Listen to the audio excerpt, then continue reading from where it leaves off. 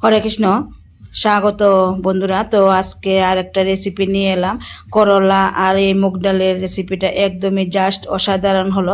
যারা করলা খেতে চায় না তারাও একদম এই করলার রেসিপিটা চেটে পুটে খাবে। আর গরমের মধ্যে এইভাবে করলার এই রেসিপিটা করে অবশ্যই আপনারা নেবেন। আর আমি কিভাবে করলার এই নতুন রেসিপিটা তৈরি করলাম অবশ্যই আপনারা আমার পুরো ভিডিওটা দেখতে থাকুন।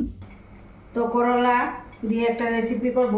তো এখানে আমি একটা করলাই নিলাম, তো আপনারা চাইলে আরও বেশি করলা নিতে পারেন। তো করলা আমি দেখুন এইভাবে কেটে নিলাম। কেটে নেওয়ার পর খুব ভালোভাবে ধুয়ে নিলাম।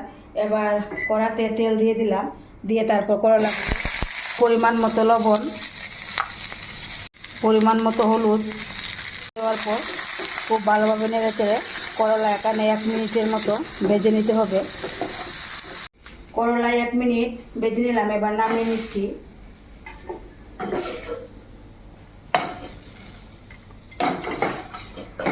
তো এবার কড়াতে আর একটু তেল দিয়ে ফোড়ন দিয়ে দিলাম, শুকনো লঙ্কা, তেজপাতা, আর এখানে 5 মশলা আর গোটা গরম মশলা দিয়ে দিলাম, দিয়ে একটু হালকা ভেজে নিতে হবে। এবার মশলা এখানে জিরা, ধনিয়া, আদা বাটা, কাঁচা লঙ্কা বাটা দিয়ে দিচ্ছি, পরিমাণ মতো হলুদ গুঁড়ো, পরিমাণ মতো লবণ। মশলা এখানে কিছুক্ষণ কষিয়ে নিতে হবে। ঝাল লঙ্কা গুঁড়ো মশলা দিয়ে দেওয়ার পর খুব ভালোভাবে কষিয়ে নিতে হবে। মশলা কষানো হয়ে গেল, এবার একটা টমেটো দিয়ে দিতে হবে, দিয়ে টমেটো মশলার সঙ্গে ভালো করে মিশিয়ে কিছুক্ষণ ভেজে নিতে হবে। এবার এখানে মুগ ডাল দিতে হবে। এই রেসিপিটার জন্য মুগ ডাল অবশ্যই লাগবে। তো মুগ ডাল আমি আধা ঘন্টা আগে ভিজিয়ে রেখেছিলাম, তো এবার দিয়ে দিলাম।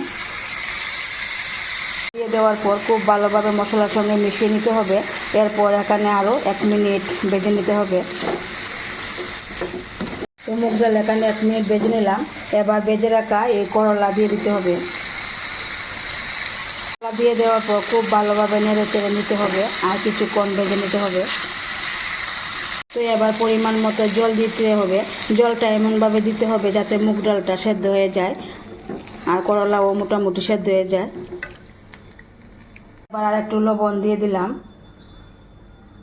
দিয়ে দেওয়ার পর হালকা নেড়ে চেড়ে এরপর ঢাকা দিয়ে রাখতে হবে 1 থেকে 2 মিনিটের মতো। 2 মিনিট রান্না করার পর এবার ঢাকনা তুলে দিলাম। দেখুন ডালটাও কিন্তু সেদ্ধ হয়ে গেল আর করলা এখানে সেদ্ধ হয়ে গেল। এবার ধনেপাতা দিয়ে দিতে হবে। ধনেপাতা দিয়ে দেওয়ার পর আবারও একটু হালকা নেড়ে দিতে হবে। আর এই রেসিপিটা একদম এরকম মাখা মাখা হবে। এবার দিয়ে দিতে হবে গরম মশলা গুঁড়ো। দিয়ে দেওয়ার পর গরম মশলাও খুব ভালোভাবে মিশিয়ে নিতে হবে কিছুক্ষণ। তো এবার নামিয়ে নেব। তো এবার নামিয়ে নিলাম। করলা আর মুগ ডালের রেসিপিটা কিন্তু একদমই জাস্ট অসাধারণ হলো।